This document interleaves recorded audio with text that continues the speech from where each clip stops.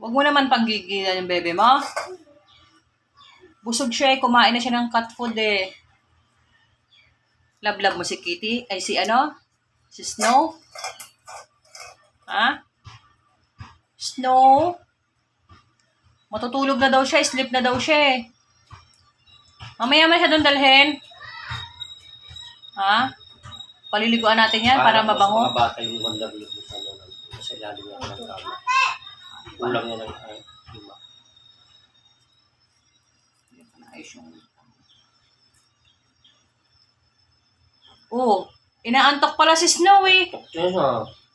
Oh. Maski siya naantok na rin. Ito na, ganyan na yung ulo ni Snow. Tingnan mo. Oo, maski tulog na. Paano yung ulo ni Snow? Paano siya matulog?